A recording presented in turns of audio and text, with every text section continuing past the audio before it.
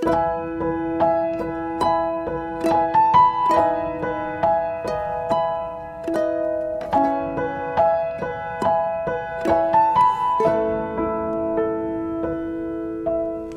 kita satukan hati kita, sepakat kita berdoa.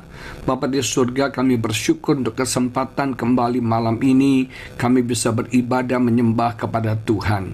Kami tahu hadirat kuasa-Mu, urapan-Mu ada di tengah-tengah kami bekerja dengan luar biasa. Kau nyatakan kuasa-Mu ya Bapa, Kau nyatakan kemuliaan-Mu, Kau nyatakan hadirat-Mu ya Bapa memberkati setiap kami. Lawat satu demi satu dari umat-Mu yang mengikuti ibadah Zoom pada malam ini, Engkau menyatakan kasih, kuasa, mujizat-Mu dalam hidup mereka. Hamba tidak tahu apa beban pergumulan mereka, tapi hamba berdoa Tuhan memberikan jawaban bagi setiap mereka. Biar setiap mereka yang datang dengan hati yang haus dan lapar akan Tuhan akan dikenyangkan, akan dipenuhi. Terima kasih ya Bapa, berkati ibadah ini, berbicaralah, sampaikan firman-Mu, sampaikan kebenaran-Mu kepada kami. Biar kebenaran ini sungguh membangun iman kami, biar kebenaran ini memberikan pencerahan, memerdekakan dan mengubah kami. Urapi hamba-Mu Tuhan, pakai hamba-Mu, berbicara melalui hamba-Mu. Di dalam nama Yesus kami berdoa dan kami mengucap syukur. Haleluya. Amin. Amin. Shalom Bapak Ibu Saudara sekalian, senang saya Pendeta Agus Lutan bisa berjumpa dalam PD Victory hari ini. Puji Tuhan, senang bisa ketemu Franz, ketemu Tante Fanny dan semua teman-teman Victory yang hadir pada malam ini. Puji Tuhan. Pada malam ini saya memberikan tema tentang tanda kedewasaan rohani. Mari kita membaca dari kitab 1 Korintus pasal yang ke-13 ayat yang ke-11. Pernyataan Paulus mengatakan demikian. 1 Korintus 13 ayat 11 dikatakan begini: ketika aku kanak-kanak, aku berkata-kata seperti kanak-kanak, aku merasa seperti kanak-kanak, aku berpikir seperti kanak-kanak. Sekarang sesudah aku menjadi dewasa, aku meninggalkan sifat kanak-kanak. Nah, Bapak Ibu Saudara sekalian, Tuhan ingin kita mengalami pertumbuhan dalam iman kita. Tuhan ingin kita mengalami pertumbuhan dalam kerohanian kita. Ada saatnya kita mengalami masa kanak-kanak. Dan masa kanak-kanak itu masa yang paling enak, masa yang paling indah, masa yang paling luar biasa. Tapi kita nggak bisa terus menjadi kanak-kanak. Kita harus bertumbuh dalam kedewasaan secara rohani.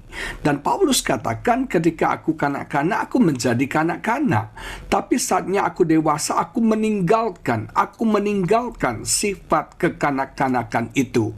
Saudara sekalian, apakah ciri orang Kristen yang kanak-kanak secara rohani? Saya nggak panjang di sini, tapi saya mau bagikan beberapa poin saja.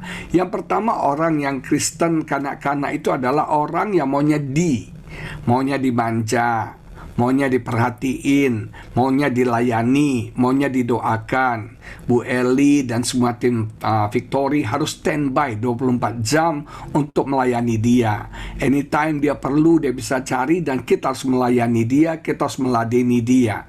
Memang capek ngurusin orang Kristen yang kanak-kanak ini. Maunya diempok, maunya dimanja, maunya diperhatikan. Kalau nggak diperhatikan, dia marah, dia tersinggung, dia sakit hati. Ada berapa banyak orang keluar dari gereja? Kenapa saudara? Karena sakit hati, karena tersinggung, karena kepahitan. Kenapa? Pendetanya tidak memperhatikan dia.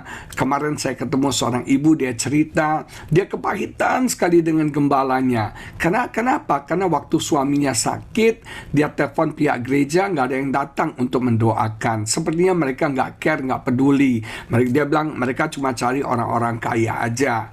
Nah, bagi saya, ibu ini masih kanak-kanak serohani. Maunya diempok, maunya dilayani, maunya didoakan. Kalau Bu Eli berhalangan, dia langsung marah. Dia maunya Bu Eli yang doakan dia, yang tumpang tangan atas dia. Nggak boleh orang lain, karena dia merasa, wah gimana gitu ya. Nah, orang yang kanak-kanak ini cengeng, egois, hanya berpusat kepada dirinya sendiri. Kalau doa, selalu doanya untuk dirinya. Tuhan berkati aku, berkati keluargaku, berkati semuanya aku. Egosentris banget. Dia nggak pernah mau peduli dengan orang lain. Dia masa bodoh dengan orang lain. Dia tidak pernah mau peduli dengan pergumulan orang lain. Yang penting pergumulan dia harus didengar. Pergumulan dia harus dilayani. Pergumulan dia harus diperhatikan. Ini Kristen kanak-kanak. Kayaknya di Victory nggak ada ya. Nggak ada banyak ya. Nah, yang kedua, orang Kristen kanak-kanak itu biasanya Ibrani katakan sukanya bubur, sukanya makanan yang lunak, sukanya khotbah yang sederhana, yang simple, yang banyak cerita, yang banyak kesaksian. Saudara, ada saatnya kita jadi kanak-kanak. Tapi Tuhan ingin menegur kita untuk kita nggak selamanya jadi kanak-kanak. Kita harus bertumbuh dalam kedewasaan. Orang dewasa makan makanan yang keras, suka pengajaran, suka Bible study, suka dalam Alkitab. Kalau orang-orang kanak-kanak sukanya, maaf ya, khotbah yang banyak kesaksiannya tentang mukjizat, tentang kebaikan Tuhan. Oke, kita kenal Tuhan karena mukjizatnya. Oke, kita kenal Tuhan karena kebaikannya. Kita katakan dia miracle worker. Makanya kalau kita baca di Alkitab, murid-murid Yesus yang mengikuti Yesus itu ada yang ikut dia karena mukjizatnya. Mereka menyebut dia miracle worker. Ada orang yang mengikuti Yesus karena pengajarannya yang begitu luar biasa, yang mempesona. Mereka katakan he's a good teacher. Tapi kita nggak bisa terus hanya ikut Tuhan, hanya itu. Kita harus memperdalam pengenalan kita akan Tuhan, sehingga kita bisa mengenal pribadi Tuhan secara dalam, secara personal. Dari 12 murid Yesus, hanya 3 yang core, yang paling dekat dengan Yesus. Dan dari 3 itu ada 1 orang yang begitu mengenal, yang begitu disayang, dikasih oleh Yesus. Nah, saudara sekalian, kita harus bertumbuh dalam pengenalan kita akan Tuhan, dalam pengajaran firman. Hari-hari ini banyak orang Kristen cuma puas jadi jemaat, cuma puas jadi anggota gereja. Yesus katakan begini, pergilah dan jadikanlah segala bangsa bukan jemaatku. Jadikanlah segala bangsa bukan cuma orang Kristen, tapi jadikanlah segala bangsa muridku, my disciple. Nah, orang akan bisa menjadi murid Yesus kalau dia mau diajar, kalau dia mau dikoreksi, kalau dia mau ditegur. Nah, bayi rohani nggak mau begitu, kanak-kanak rohani nggak mau digituin. Sukanya yang enteng-enteng, yang cerita-cerita gampang. Dia nggak suka khotbah yang dalam, dia nggak suka khotbah yang keras, dia nggak suka khotbah yang mengoreksi, yang menegur. Dia nggak suka. Dia langsung bantah. Kenapa? Karena mentalnya masih kanak-kanak. Tapi saya percaya ini saatnya lah tim daripada Victory, semua jemaat Victory, kita bertumbuh jadi murid Yesus. Kita bertumbuh dalam pengajaran firman Tuhan. Yang ketiga, Efesus katakan kanak-kanak itu suka diombang-ambingkan oleh rupa-rupa angin pengajaran dan permainan palsu manusia dalam kelicikan mereka yang menyesatkan. Bayi rohani, kanak-kanak rohani itu, Bapak Ibu, gampang diombang-ambingkan oleh angin pengajaran. Dia dengar khotbah di sini, dia percaya. Dia dengar khotbah si B, dia percaya. Dia dengar khotbah di C, dia percaya. Akhirnya dia bingung sendiri. Ini yang mana yang benar, Bu Eli? Yang mana yang benar, Pak Agus? Saya dengar pendeta A bilang gini, pendeta B bilang gini, pendeta C bilang gini. Yang mana saya percaya? Yang satu bilang post-tribulation. Artinya kita tidak mengalami aniaya. Kita diangkat sebelum aniaya. Ada yang bilang di tengah, in the midst, di tengah-tengah penganiayaan kita diangkat. Ada yang bilang pray sebelum. Yang kedua mid, yang ketiga post. Artinya kita ngalami aniaya, baru kita ketemu Tuhan. Yang mana yang benar? Nah, orang yang kanak-kanak diombang-ambingkan oleh angin pengajaran dari banyak guru-guru, dari banyak pengajar-pengajar, dan akhirnya mereka datang ke Bu Eli minta dikerokin, saudara ya. Mereka udah masuk angin secara rohani. Nah, saudara, sibuklah pendeta ngengorokin. Apalagi mereka itu bisa disesatkan oleh permainan palsu manusia dalam kelicikan mereka. Hati-hati, kita hidup dalam era yang sangat terbuka saat ini, apalagi melalui YouTube ini. Oh, saudara, Anda bisa akses pendeta mana saja. Kemarin diadakan survei katanya, ada banyak, hampir 90% jemaat Tuhan tetap ingin online. Mereka tidak mau onsite. Kenapa, saudara? Kalau online itu enak. Dia lihat khotbah gereja A, dia lihat puji-pujiannya kurang bagus, matiin. pindah gereja B. Sampai gereja B dia lihat, aduh puji-pujiannya bagus, khotbahnya nggak sesuai, dia matiin, dia pindah gereja C. Ada orang akhirnya pindah-pindah gereja, saudara, mencari khotbah yang menenangkan dia, mencari khotbah yang enak, mencari khotbah yang dia suka. Akibatnya apa? Kita nih mendengar banyak khotbah. Ada teman saya, satu hari Minggu bisa dengar 6 ibadah, sudah ikut 6 ibadah. Ada bagusnya juga, tapi ada buruknya juga. Semua ditelan, akhirnya bingung sendiri. Akibatnya kita gampang disesatkan. Hati-hati jemaat Victory. Sekarang ini ada banyak nabi-nabi palsu dengan nubuatan-nubuatan palsu. Bukan nubuat, tapi gua buat, lu buat, saya buat, saudara sekalian. Ada berapa banyak orang yang menyampaikan nubuatan-nubuatan yang nggak benar, yang tidak terjadi. Kalau satu nubuatan tidak terjadi, itu artinya palsu. Itu artinya tidak benar. Kalau orang menyampaikan nubuatan secara publik dan itu tidak terjadi, itu berbahaya, itu menyesatkan banyak orang, saudara sekalian. Dan kalau orang itu sudah disesatkan, susah banget.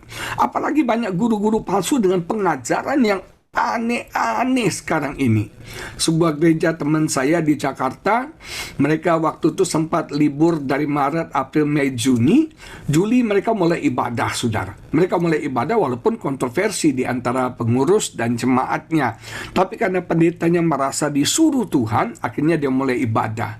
Dia bilang, Pak Agus, dia bersaksi bahwa ketika kami mulai ibadah lagi setelah pandemi ini, kami jemaat jadi dualisme.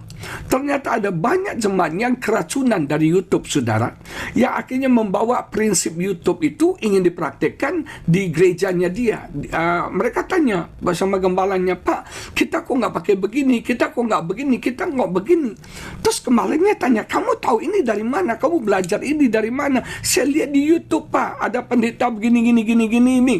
Nah, sampai dia bilang, aduh, orang yang tadinya komitmen, orang yang tadinya sungguh-sungguh dengan pengajaran gereja, dengan visi gereja, sekarang jadi hilang. Akibatnya mereka keluar dari gereja itu. Kita disesatkan oleh kelicikan manusia. Hati-hati. Banyak penyesat-penyesat muncul hari-hari ini dan menyesatkan banyak orang percaya, dan anak-anak rohani akan disesatkan.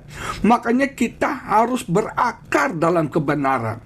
Kita harus mempelajari firman. Kita harus memperdalam firman sehingga kita tidak mudah disesatkan. Yesus katakan dalam Markus 12 ayat 24, kamu sesat karena kamu tidak mengerti kitab suci dan kuasa Allah. Hati-hati jemaat Victory. Jangan ada satu pun kita disesatkan oleh nubuatan palsu, oleh pengajaran-pengajaran palsu, oleh niat-niat orang jahat yang ingin melencengkan iman kita dari Tuhan. Maka dari itu kita harus bertumbuh. Kita bertumbuh dari kanak-kanak menuju kepada masa dewasa.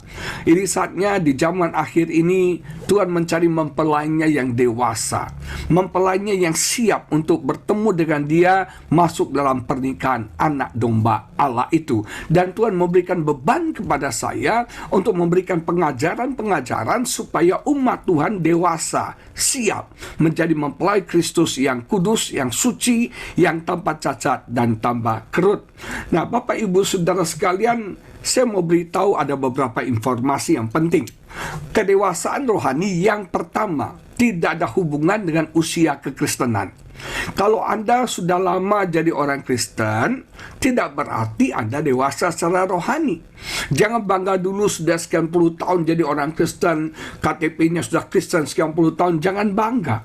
Ada banyak orang yang sudah lama jadi orang Kristen, tapi nggak bertumbuh dalam iman, nggak bertumbuh dalam pengenalan akan Tuhan, nggak bertumbuh dalam kerohanian. Imannya cetek aja, walaupun sudah secara usia kekristenan sudah tua, tapi imannya cetek, pengenalannya akan Tuhan cetek sekali, saudara. Dia lebih percaya sinkritisme, astrologi, ramalan bintang, dia lebih percaya kepada berhala-berhala, dukun-dukun daripada kepada Tuhan, walaupun Kristennya sudah lama. Nah, jangan tertipu kalau orang, saudara sekalian, yang mengaku sudah lama jadi orang Kristen, belum tentu loh dia dewasa secara rohani. Yang kedua, kedewasaan rohani tidak ditentukan oleh penampilan rohani. Apa maksudnya? Jangan pikir orang yang bilang haleluya, glory, puji Tuhan, terus salibnya segede-gede bangkong di lehernya, Terus saudara pikir dia rohani? Belum tentu. Dia bawa Alkitab yang gede-gede, saudara pikir dia rohani? Belum tentu, saudara. Aksesoris rohani, penampilan rohani tidak menjamin orang itu dewasa secara rohani. Saya mungkin tanya Pak Frans, apa kabar? Puji Tuhan. Sehat Pak Frans? Haleluya. Gimana kabar Pak Frans? Glory, saudara. Banyak orang Kristen kan cuma ngomong itu cuma asbun doang, cuma di mulut doang, hatinya sama sekali nggak ke situ. Ada berapa banyak orang mengucapkan istilah-istilah rohani, memakai pakaian-pakaian rohani, tapi hatinya busuk, hatinya jahat. Berapa banyak kita tertipu. Kita bisnis dengan orang yang kita pikir saleh, yang kita pikir orangnya baik, ternyata jahatnya luar biasa. Kemarin teman saya bisnis dengan satu orang yang kalau ngomong tuh haleluya, glory, glory, puji Tuhan. Wah, super rohani deh omongannya. Omongannya Yesus baik, kesaksian-kesaksian. Ternyata dia tipu teman saya. Sampai teman saya bilang, ini Pak, hatinya orang penampilan malaikat, hatinya Lucifer. Penampilan malaikat hati Lucifer, tapi nggak ada ya di Victory kayaknya. Jangan sampai ada, saudara. Orang yang hatinya Lucifer tapi penampilannya malaikat, kita sering ketipu kan. Kelihatan dia baik, kelihatan dia rohani, saleh. PD Victory tiap hari Jumat dia ikut Zoom, gak pernah absen, saudara. Waduh, kalau ngomong tuh super duper rohani. Tapi saudara, itu gak menjamin orang itu dewasa secara rohani, saudara sekalian. Tidak menjamin. Nah, jangan ketipu dengan penampilan yang rohani, yang religius. Banyak orang di luarnya saleh, di luarnya rohani, tapi di dalamnya busuk, di dalamnya jahat, saudara sekalian. Nah, juga jangan hubungkan kedewasaan rohani dengan gelar akademik teologi. Ada banyak orang gelarnya di depan 2, di belakang 4, saudara ya. Bukan berarti dia itu rohani, saudara sekalian. Dewasa rohani belum tentu. Ada banyak orang punya gelar akademik secara teologi tapi tidak dewasa secara rohani. Bahkan mereka seringkali dari mereka nggak percaya Tuhan.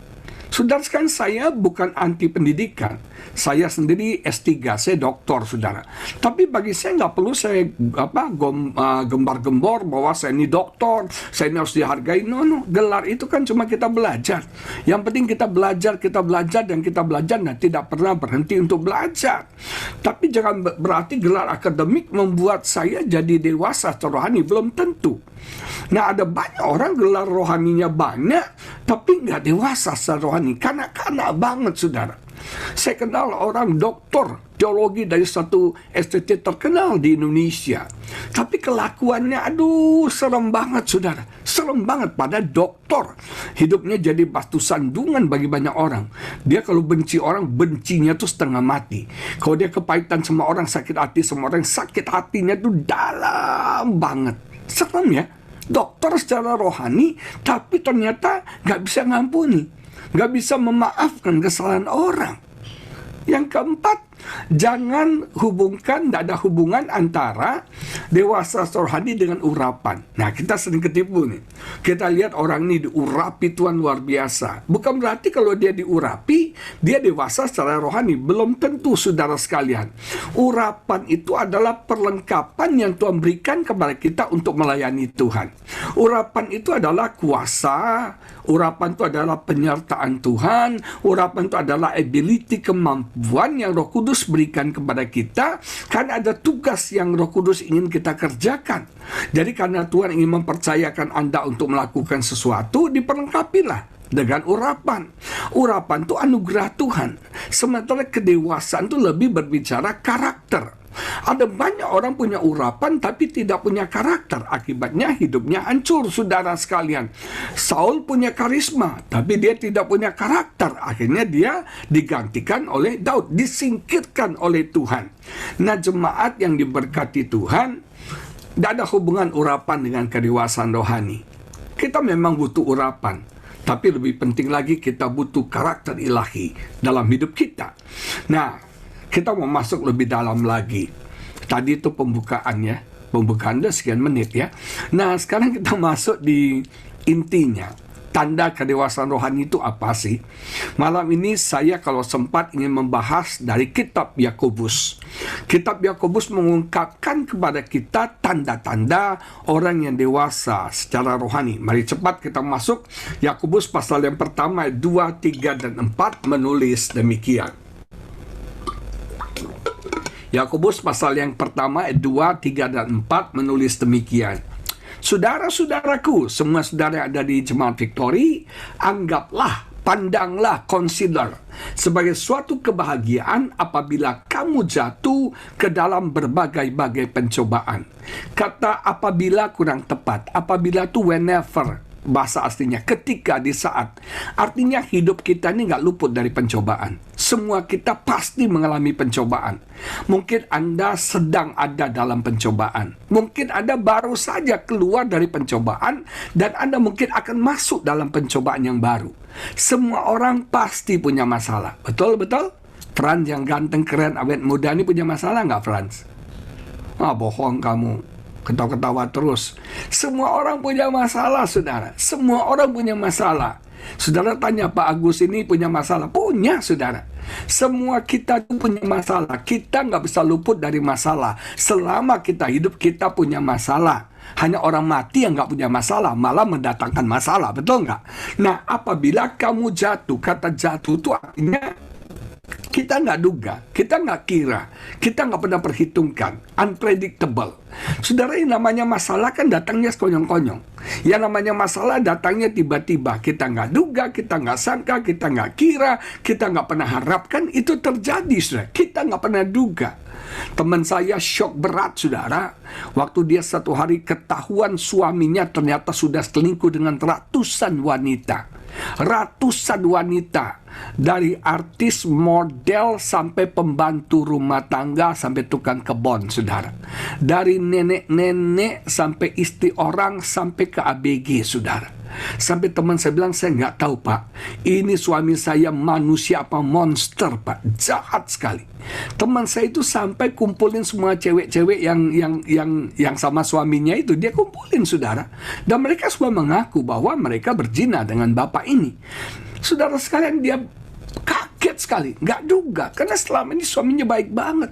Dia selalu puji-puji, suami saya the best, suami saya benar-benar perhatian banget, suami saya luar biasa. Istrinya belum ngomong apa, suaminya sudah berikan sesuatu, luar biasa sekali. Kalau jalan dipegang, digandeng istrinya, saudara. Aduh, nggak pernah marah sama istrinya, sayang banget, saudara. Istrinya turun dari mobil, dibukain pintunya, dipegang tangannya turun dari mobil.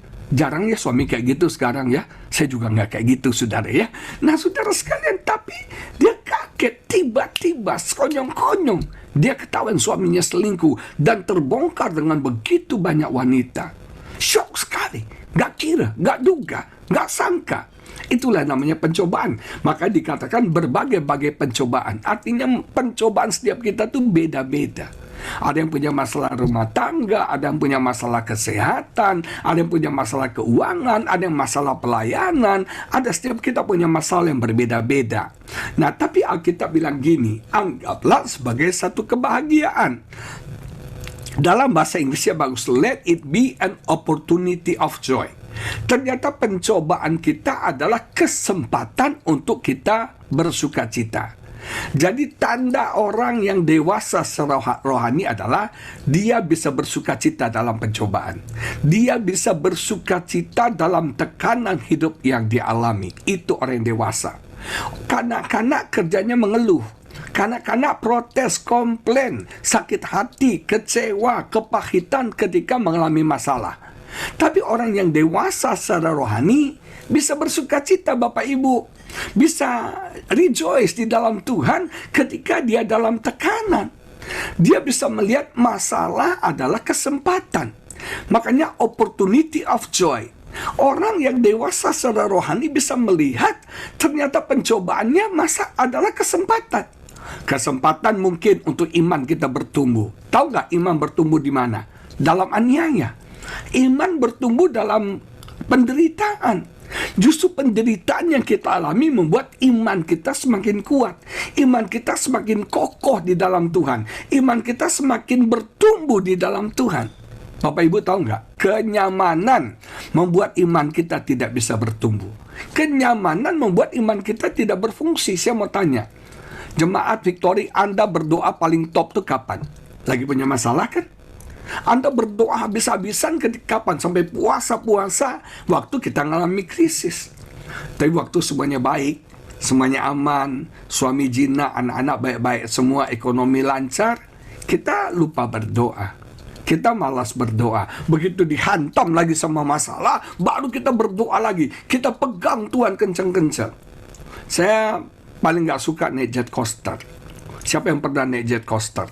Nah, naik jet coaster itu Bapak Ibu serem banget. Satu hari saya dijebak teman naik jet coaster. Waktu itu di Amerika, di LA, kami naik jet coaster. Aduh, jet coasternya tuh, waduh Tuhan Yesus, saya nggak kuat. Apa yang saya lakukan? Ketika saya dalam ketakutan, ketika saya dalam goncangan yang begitu luar biasa, saya pegang itu, saya pegang kuat-kuat, saya pegang kuat-kuat. Nah, mungkin hidup kita seperti jet coaster. Mungkin hidup kita lagi naik turun. Kayaknya kita mungkin sedang naik jet coaster. Pegang Tuhan kuat-kuat. Pegang Tuhan erat-erat. Jangan lepaskan Tuhan. Jangan tinggalkan Tuhan.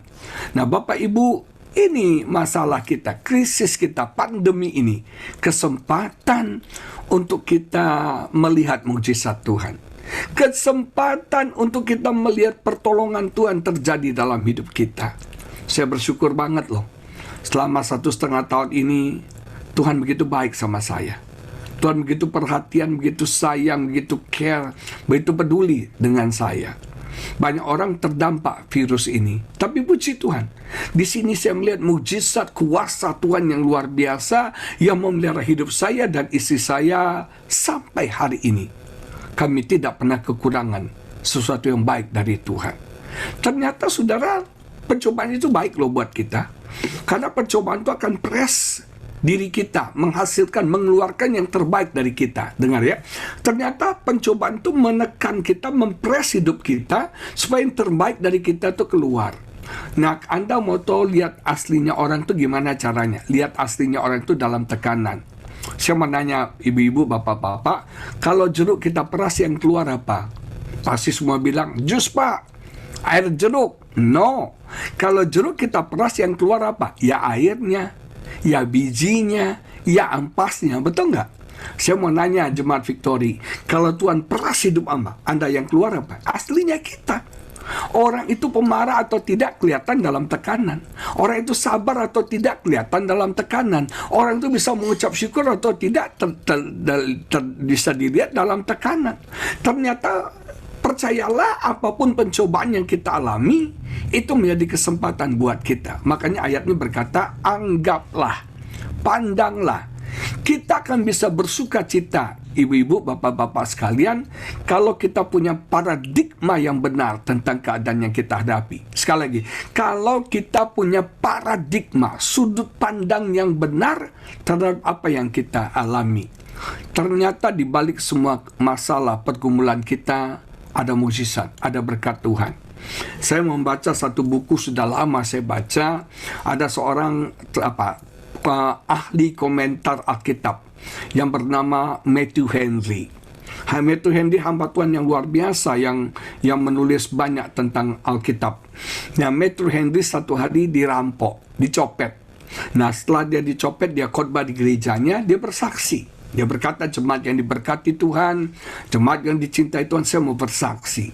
Saya kemarin dicopet, katanya.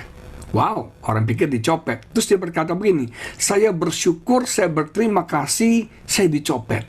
Saya bersuka cita, saya dicopet. Jemaatnya mikir, error nih pendeta ya.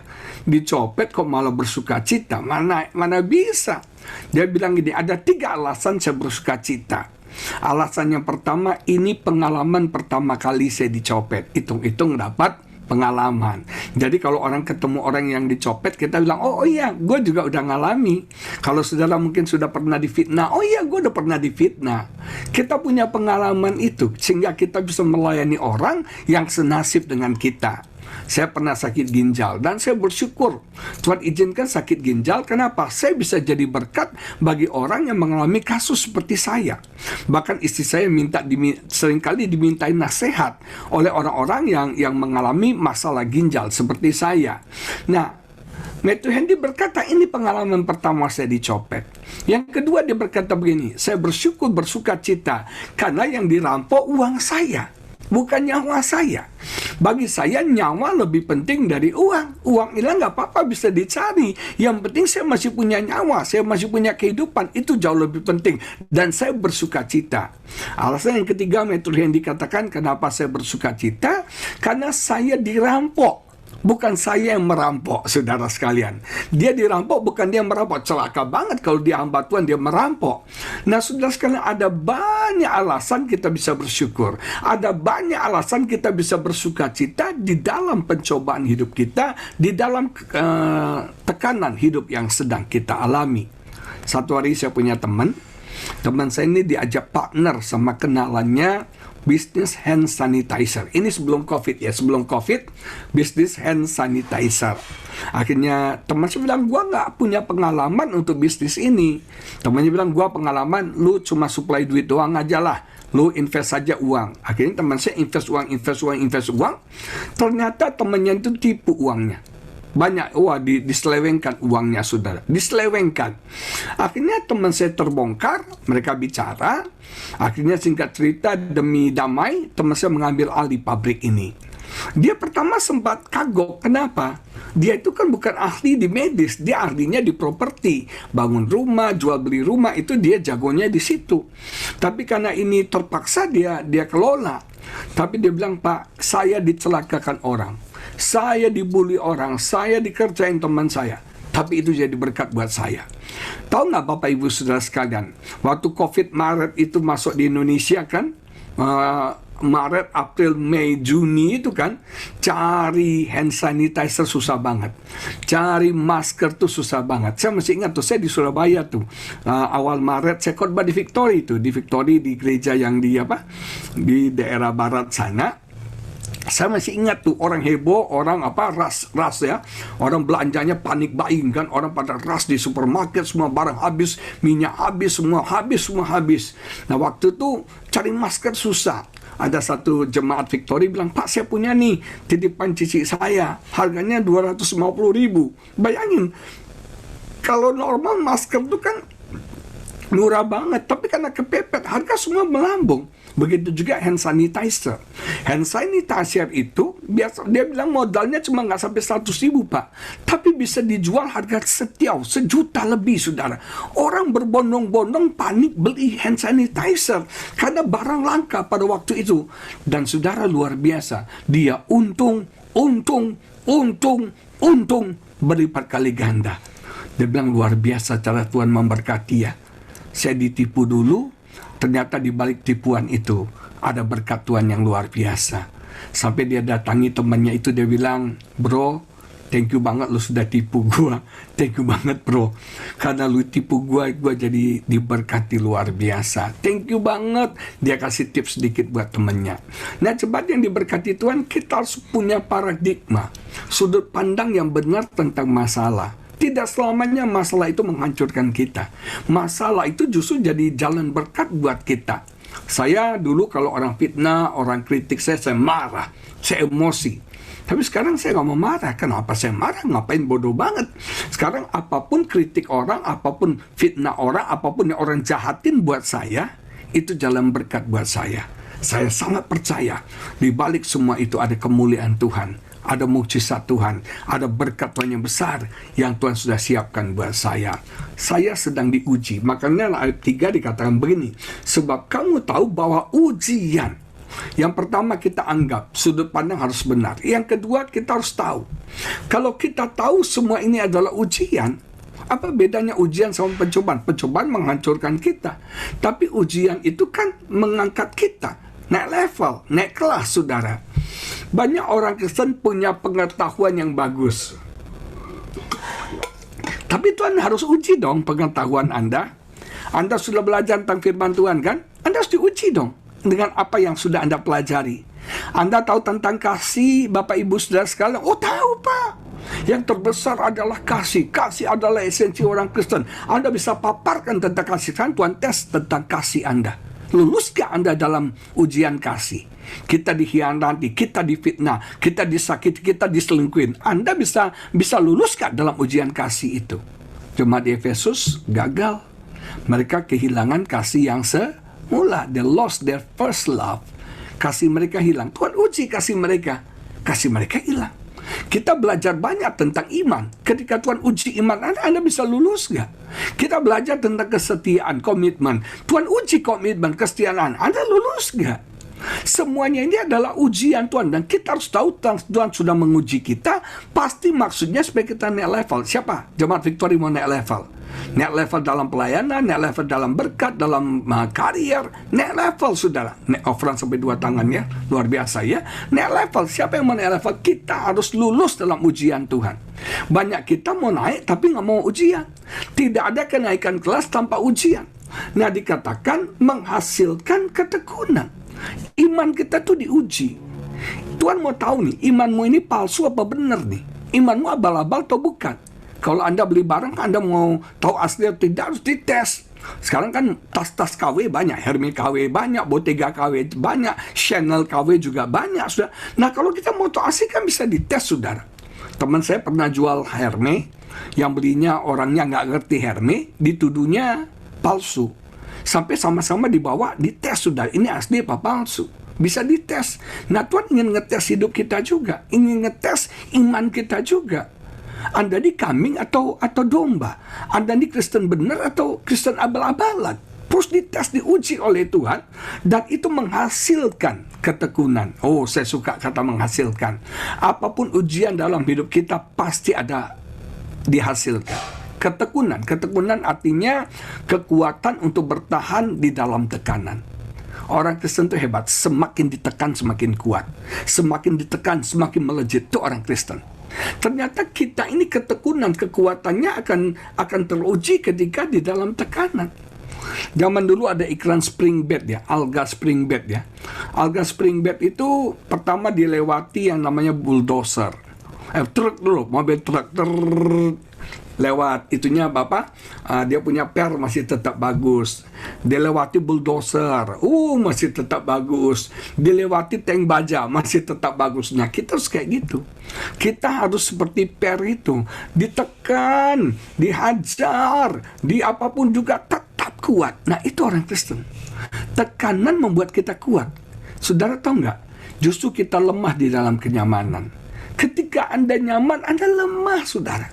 Makanya tahu nggak strategi iblis apa? Iblis gak aniaya kita lagi, iblis gak tekan kita lagi. Kita dibuat nyaman, saudara. Di gereja nyaman, AC dingin, pembicara lucu-lucu. Kita dibuat nyaman sampai kita cuma jadi orang Kristen yang puas gitu aja. Tapi begitu aniaya datang, masalah datang, kita akan bertumbuh. Dan iblis gak mau kita kuat, iblis mau kita lemah. Caranya buat Anda nyaman. Makanya itu menghasilkan ketekunan. Saya pernah cerita nggak tentang biji korma? Biji korma itu kalau ditanam, itu pasir tuh digali sekian puluh meter, ditanam biji kormanya, dan harus ditutup, ditindih pakai batu sekian puluh kilo. Biji korma mulai berakar sangat dalam, karena cari air kan susah di padang gurun. Dia berakar sangat dalam, hebatnya. Ketika dia menemukan air, dia mulai kuat, dia mulai bertunas. Ketika dia bertunas, ada kekuatan dari bawah yang naik ke atas, dan hebatnya batu sekian puluh kilo yang menekan itu hancur, saudara. Artinya apa? Ketika Anda dalam krisis, berakar di dalam Tuhan, berakar di dalam Tuhan, berakar dalam Tuhan. Dan ketika kau berakar dalam Tuhan, engkau punya kekuatan untuk menghancurkan, mengatasi semua tekanan-tekanan dalam hidup kita. Amin, jemaat. Yang keempat, dan biarkanlah ketekunan itu. Dan biarkanlah, artinya gini, itu proses kita nikmati aja. Proses ini kita enjoy aja, saudara. Kita biarkan. Jangan buat shortcut. Jangan kita putuskan proses Tuhan dalam hidup kita. Banyak orang nggak suka proses. Tapi kita harus melewati proses itu dengan damai, dengan sukacita. Dan biarkanlah ketekunan itu memperoleh buah yang matang. Supaya kamu menjadi sempurna dan utuh dan tak kekurangan suatu apapun. Kata sempurna itu menarik. Kata sempurna itu dalam bahasa aslinya mature in character. Dewasa di dalam karakter. Jadi ternyata tekanan dalam hidup kita mendewasakan kita. Pencobaan yang kita alami membuat kita dewasa, mature di dalam karakter kita. Karakter ini kan harus diproses. Karakter ini harus dibentuk. Orang kan gak langsung sabar. Orang kan gak langsung ngampuni. Diproses Tuhan, dibentuk Tuhan. Dan Tuhan tidak pernah berhenti memproses kita. Terus disempurnakan, terus disempurnakan. Saya belum sempurna, tapi saya sedang disempurnakan menjadi serupa seperti Kristus. Tuhan menyelamatkan saudara dan saya bukan cuma supaya kita masuk surga ya. Bukan cuma supaya kita masuk surga. Tapi supaya kita ditransform. Kita diubah karakter kita menjadi serupa seperti Yesus. Belum sempurna, sedang disempurnakan. Saya yang tadinya pemarah, sudah puji Tuhan mulai sabar. Bukan berarti saya nggak bisa marah lagi. Bisa, saudara. Tapi Tuhan sudah proses. Sekarang udah puji Tuhan, saya udah jarang marah. Udah jarang banget marah. Jarang sekali. Saya juga kaget dengan transformasi Tuhan dalam hidup saya. Saya kaget loh. Kaget banget kok saya bisa sabar gini ya. Saya juga bingung. Dan juga saya ini orangnya sombong loh. Kelihatannya ganteng, pinter, keren gitu ya. Saya ini sombong. Tapi Tuhan proses saya. Orang sombong itu diprosesnya gimana? Dihina, dianggap enteng, di underestimate, pokoknya direndah-rendahin lah. Orang sombong tuh nggak bisa direndahin. Orang sombong tuh maunya dihargai, diangkat-angkat. Kamu keren loh, hebat kamu, luar biasa, you are the best, you are my man. Orang sombong makin gede dia, betul nggak saudara?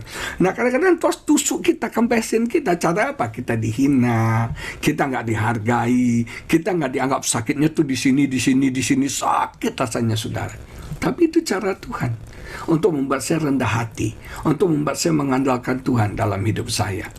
Nah, Bapak Ibu Saudara sekalian, yang pertama, orang yang dewasa secara rohani adalah orang yang bisa bersuka cita di dalam tekanan. Saya tidak tahu apa masalah Anda.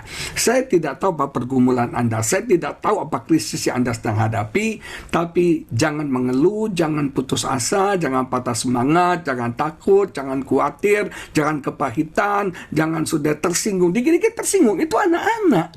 Yang suka tersinggung itu anak-anak, saudara. Kita mau jadi orang Kristen yang dewasa, yang melihat semuanya dengan paradigma yang benar. Saya nih kalau ada masalah ya, dulu saya reaksinya langsung salah. Tapi sekarang kalau ada masalah saya pikir nih, apa pesan Tuhan nih? Apa pesan Tuhan di balik masalah ini? Apa nih yang Tuhan mau kerjakan dengan masalah yang saya alami ini? Betul nggak? Dan ternyata benar, di balik semua masalah saya ada berkat Tuhan, ada mujizat Tuhan. Jadi sekarang kalau masalah datang saya tenang dan saya bisa bersuka cita. Saya enjoy aja, saya nikmati aja. Karena saya tahu ini ada sesuatu. Pesan yang Tuhan mau kerjakan, yang Tuhan mau sampaikan melalui masalah yang saya hadapi. Maka dari itu dewasalah. Dewasalah, jangan mengeluh, jangan ngomel, komplain terus dalam masalah. Tersinggung, sakit hati dikit-dikit, kepahitan dikit-dikit, jangan. Tapi di Victory sih nggak ada ya, nggak ada bedanya. Nah Bapak Ibu Saudara sekalian, yang kedua, mungkin 2 aja, sepertinya ini 5 ya. Tapi saya bahas 2 aja karena waktu terbatas. Yang kedua, apa sih Pak ciri orang yang dewasa secara rohani? Yang kedua kita baca Yakobus pasal 2 ayat 1 sampai yang ketiga menulis demikian. Yakobus pasal 2 ayat 1 sampai 3 menulis demikian dalam firman Tuhan. Saudara-saudaraku, sebagai orang yang beriman kepada Yesus Kristus, semua kita pasti beriman pada Yesus Kristus, Tuhan kita yang mulia, janganlah iman itu kamu amalkan. Saya suka kata amalkan. Iman itu bukan simbol, iman itu bukan semboyan, iman itu bukan aksesoris, tapi iman itu harus diamalkan, iman itu harus dipraktekkan. Anda beriman, apa buktinya? Makanya Yakobus berkata, iman tanpa perbuatan adalah mati. Banyak orang iman, mau bangkit iman, father of faith, mother of faith, bagus. Tapi Bapak Ibu Saudara sekalian, saya mau beritahu, iman terus diamalkan, iman terus dipraktekkan. Apa buktinya Anda beriman? Apa proofnya Anda beriman? Diamalkan dengan memandang muka. Sebab jika ada seorang masuk ke dalam kumpulanmu dengan memakai cincin emas dan pakaian indah, dan datang juga seorang miskin ke situ dengan memakai pakaian buruk, dan kamu menghormati orang yang berpakaian indah itu dan berkata kepadanya, silakan duduk di tempat yang baik ini. Sedangkan kepada orang yang miskin itu kamu berkata, berdirilah di sana atau duduklah di lantai ini dekat tumpuan kakiku. Nah, orang yang dewasa secara iman tidak membeda-bedakan orang, tidak membeda-bedakan suku, ras, kasta, status sosial, saudara.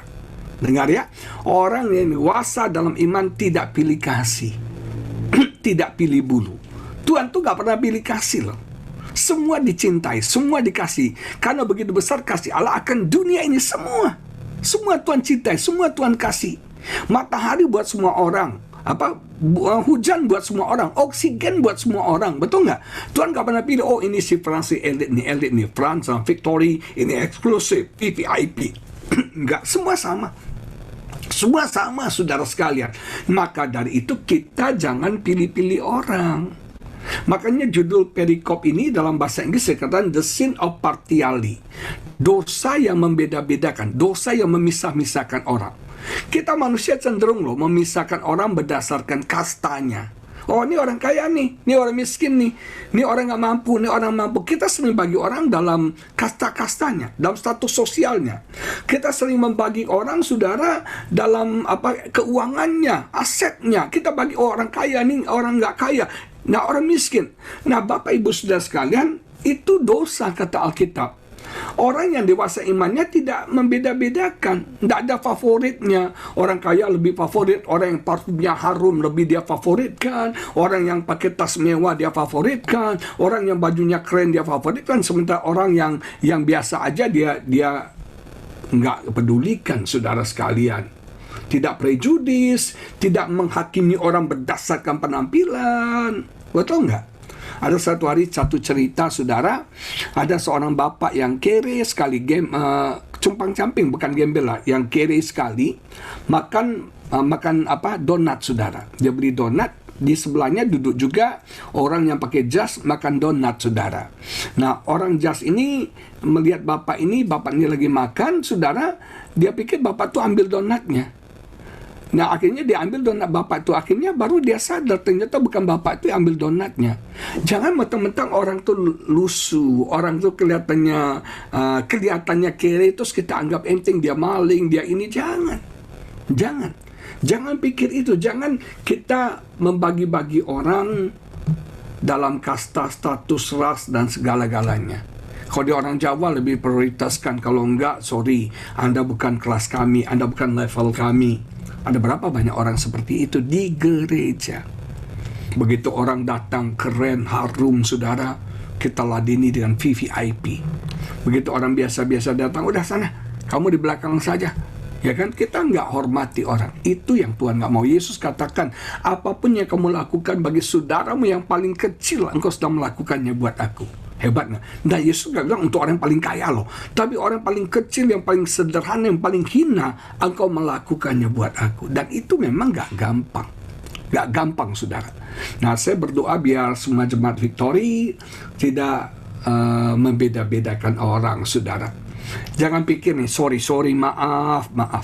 Jangan pikir saudara orang yang penampilannya keren, harum, berarti dia baik. Belum tentu, saudara. Bukan berarti kita nggak boleh keren, bukan berarti kita nggak boleh harum, tapi bukan berarti orang itu dewasa secara rohani, orang itu baik, nggak berarti demikian. Satu hari saya pelayanan di satu kota di Jawa Tengah. Waktu makan malam saya dijemput suami istri, dia naik mobil mahal, miliaran, yang cc-nya besar, cc-nya banyak. Waduh, mobil itu keren banget. Istri saya suka. Istri saya itu agak tomboy-tomboy dikit. Dia suka mobil keren, mobil besar, jeep-jeep begitu. Dia suka banget, saudara.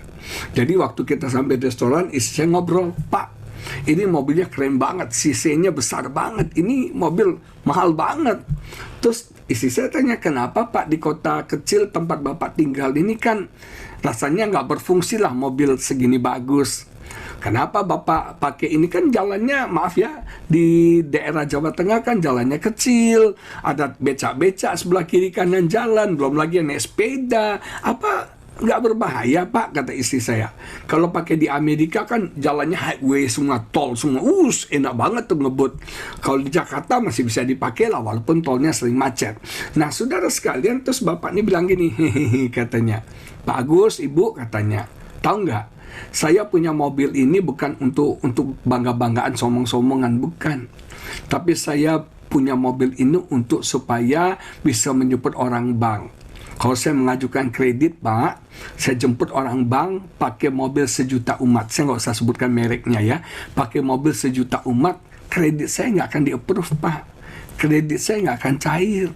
Jadi saya pakai mobil mewah ini jemput orang bank. Begitu melihat mobilnya keren banget, kredit saya langsung cair, Pak. Kredit saya bisa di-approve, Pak." Ternyata banyak pengusaha pakai mobil keren ya, supaya dapat kredit, saudara sekalian. Makanya jangan heran banyak pengusaha-pengusaha kaya itu nggak bisa tidur, stres. Kenapa? Karena apa? Harus bayar cicilan bunga, harus bayar bunga, saudara. Itu mereka sampai nggak bisa tidur, harus bayar bunga. Saya punya teman bangun rumah mewah sekali, kaya kelihatannya, hidupnya kayaknya uangnya nggak ada serinya. Dia cerita sama saya, "Bapak tahu, saya malam nggak bisa tidur." "Kenapa Pak?" Saya bilang, "Begitu banyak harta lu." "Enggak, itu semua utang bank," katanya. "Gue mesti bayar bunga," katanya. Dan mati saya, untung gua gini-gini pun kalau gua memang nggak kaya banget, tapi gua nggak punya utang bank. Gua bisa tidur dengan enak sampai pagi, nggak bangun-bangun, saudara. Ada berapa banyak orang kaya, keren, supaya apa? Hanya demi apa ya? Aduh, saya waktu dengar dia cerita, saya kaget juga, saudara. Kok bisa gitu ya? Nah, kita harus dewasa. Kita harus bisa menghargai orang lain yang mungkin lebih rendah dari kita. Nggak gampang ya. Menghargai orang, memperlakukan orang dengan baik, orang yang lebih rendah dari kita. Orang yang lebih miskin, yang lebih kere dari kita, kita perlakukan dengan baik, itu nggak gampang. Makanya kita harus belajar untuk tidak menganggap orang rendah, tapi kita belajar merendahkan diri kita. Dengar, kita belajar untuk tidak merendahkan orang, tapi kita belajar untuk rendah hati. Itu jauh lebih baik. Orang yang rendah hati bisa menghargai orang, bisa menghormati orang-orang yang lebih rendah daripada dirinya sendiri. Jangan ikut dunia. Dunia memang membeda-bedakan orang. Dunia memang memilah-milah orang. Dunia lakukan untuk kita beda. Tuhan katakan orang yang dewasa secara rohani, orang yang bisa melayani dengan baik orang-orang miskin. Saya kenal seorang gembala sebuah gereja. Gerejanya besar dan diberkati Tuhan luar biasa. Saya belajar dari hatinya. Itu mbok-mbok miskin datang minta didoakan, dipeluk, saudara. Dipeluk, jujur ya. Waktu dia peluk mbok-mbok itu ya, saya aja jijik, saudara, jujur. Aduh, tapi dia peluk, saudara. Di situ saya bertobat loh. Di situ saya berubah. Saya selama ini, maaf ya, pendeta juga manusia biasa ya. Kalau yang doain cewek cantik ya Franzia, dia berkata, "Biarlah kehendakmu yang jadi." Tapi begitu mbok-mbok yang minta didoain, dia berkata, "Jauhkan aku dari pencobaan ini." Betul nggak, saudara? Tapi saya belajar lah, saudara. Saya belajar dari pendeta ini, dia peluk mbok-mbok itu, saudara. Yang bau, yang dekil, tapi dia peluk, dia doakan. Dalam hati Roh Kudus bilang, "Lihat ini orang besar, ini orang hebat, yang bisa menghargai orang yang lemah." Terakhir, saya mau bicara tentang satu sastrawan Rusia. Kalau nggak salah namanya Leo Tolstoy, terkenal sekali. Satu hari Leo Tolstoy jalan pagi, mampir ke pasar. Terus di pasar dia berjumpa dengan seorang pengemis minta sedekah. Ketika Leo Tolstoy lihat pengemis itu, dia ingin memberi sedekah buat pengemis itu. Dia rogoh kantongnya, dia cari di kantongnya. Rupanya dia lupa bawa dompet, dia lupa bawa uang. Dia cari, nggak ada. Terus dia berkata sama pengemis itu, saya pakai bahasa Inggris ya, brother. Apa tuh brother? Brother lah pokoknya ya. Saudaraku kurang tepat. Brother, dia bilang, brother, sorry, saya mau kasih kamu sedekah, tapi saya lupa bawa uang. Sorry brother ya, sorry brother. Begitu dia ngomong gitu, pengemis itu peluk kakinya. Terus pengemis itu nangis, teriak, bilang, thank you, thank you, thank you, thank you, thank you. Dia saya kaget. Kenapa nih orang thank you, thank you, thank you? Gua nggak kasih dia. Sekarang kan lagu thank you, arigato, merci, xie, thank you, thank you, thank you. Betul saudara ya? Orang tuh bilang thank you banget, thank you. Si Leotos saya bingung, kenapa nih orang terima kasih. Wah, nggak dikasih sedekah kok. Terus orang tuh bilang gini, ada satu harta yang paling berharga yang Anda berikan kepada saya melampaui sedekah, yaitu harga diri, martabat. Leotos kaget, maksudmu apa? Kamu adalah orang pertama yang memanggil saya brother. Kamu orang pertama yang memanggil saya brother. Saya ini pengemis, saya ini ditolak, saya ini tidak dihargai, saya dianggap sampah, saya ini orang buangan. Tidak ada orang menghargai saya. Pertama kali dalam hidup saya, ada orang yang memanggil saya brother. Itu jauh lebih berharga dari sedekah. Karena harga diri saya dipulihkan, martabat diri saya dipulihkan. Saudara sekalian, orang yang dewasa secara rohani bisa bersuka cita di dalam tekanan. Dan orang yang dewasa secara rohani tidak pilih kasih, tidak membeda-bedakan orang berdasarkan status sosial, kasta-kastanya. Mahatma Gandhi nyaris jadi orang Kristen. Nyaris jadi orang Kristen. Karena pengajaran Yesus tentang kasih itu menarik hatinya. Tapi dia batal jadi orang Kristen. Ketika dia lihat ada orang miskin mau masuk ke gereja, ditolak, saudara. Di situ dia berkata, percuma. Banyak orang percaya Yesus, tapi tidak melakukan ajaran Yesus. Hampir dia masuk Kristen. Hampir sudah. Dia percaya kepada Yesus, tapi nggak jadi orang Kristen. Karena melihat kelakuan orang Kristen yang membeda-bedakan orang. Kalau kita kelompok elite eksklusif, VVIP, ngeri banget ya. Kita lupa dengan orang-orang yang di bawah. Kita nggak care, kita nggak peduli. Kita nggak menghargai mereka. Ayo Jemaat Victory, mari kita bertumbuh dalam iman. Kita bertumbuh dalam pengenalan kita akan Tuhan. Amin Bapak Ibu, ini saatnya kita bertumbuh. Haleluya. Mari kita berdoa.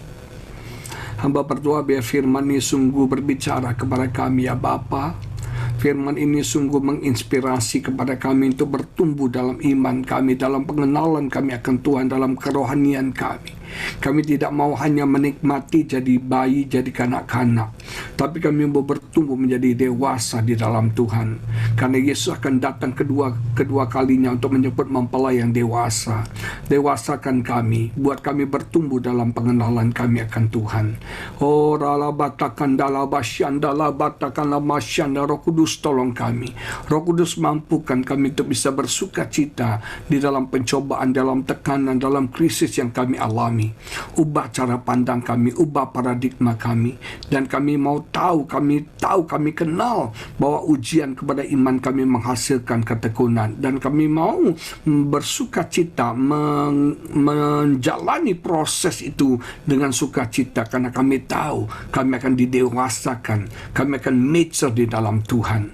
Dan kami berdoa, hamba berdoa Tuhan, biar jemaat-Mu menjadi jemaat yang tidak membeda-bedakan orang, yang tidak pilih kasih, tidak pilih bulu, tidak membagi orang dalam kasta, dalam status sosial mereka.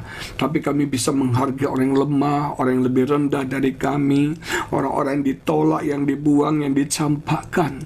Kami bisa jadi berkat bagi mereka ya Bapa. Ampuni kami kalau kami selalu membeda-bedakan orang. Kalau orang itu keren, harum, pakai cincin berlian, pakai tas-tas mewah, baju-baju keren, Alkitab katakan kami menghargai mereka, kami menyambut mereka, sementara orang-orang yang miskin kami acuhkan, kami cuekin ya Bapa. Terima kasih Tuhan. Berkati setiap kami, tegur kami, biar ada pertumbuhan iman yang luar biasa terjadi di hari terakhir ini. Di dalam nama Yesus berkati PD Victory, berkati Bu Eli dan semua timnya ya Bapa, yang ada di Jakarta, yang ada di Semarang, yang ada di Surabaya, di Bali, dimanapun Tuhan. Berkati tim Victory ini, Kau pakai, Kau berkati dengan dahsyat hebat luar biasa. Oh, nyatakan kuasa-Mu, nyatakan kemuliaan-Mu, urapi hamba-hamba-Mu ini. Di dalam nama Yesus kami berdoa, haleluya, amin, amin, amin. Tuhan Yesus memberkati saudara. Selamat malam.